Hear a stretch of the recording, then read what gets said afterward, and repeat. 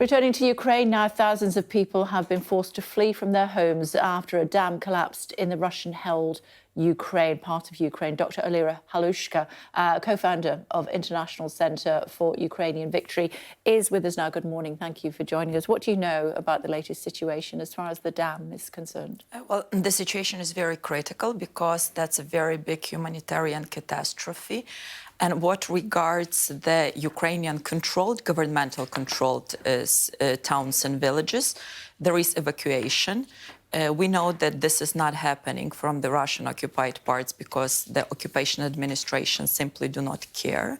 We also know that the level of water will continue to grow for the next couple of days, and after that, it will go down. Russia says it wasn't us. Well, they always say it wasn't us. They even do not accept that they are waging full-scale war. They call it special military operation. This is their modus operandi. Why would they do this?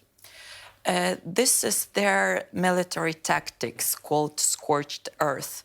If they understand that Ukrainian counteroffensive is coming, they would want to try and stop it by all of the means, or if they are going to retreat, they will simply leave absolutely destroyed earth. As far as this area is concerned, it has been under Russian control, hasn't it, for many years now? The dam? The area around it? For 1 year. OK, so the Donetsk area? Donetsk, yes, for 9 years. OK. And as far as this area is concerned, as you say, the water will go down within the next 3 days or so. What's going to happen to the people then? And when are we seeing the counteroffensive that we've heard so much about? Well, it's also very important that the counteroffensive depends on the pace and speed of the military assistance. Because we have seen that there was a lot of commitments for the tanks, for the artillery pieces and ammunition, but there is certain time lag in between the political commitment and their actual arrival on the battlefield.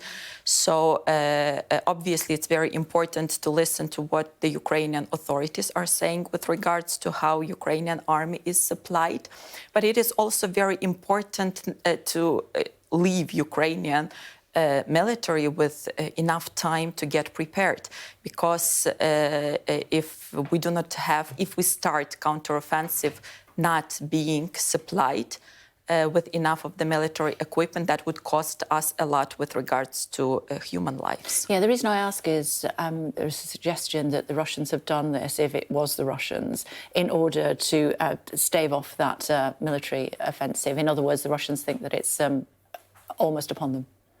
Well, the Russians did this to the dam, and yes, they definitely tried to stop counteroffensive doing that, but I don't think that they will be successful. Some have suggested that this is a war crime. How would you describe it?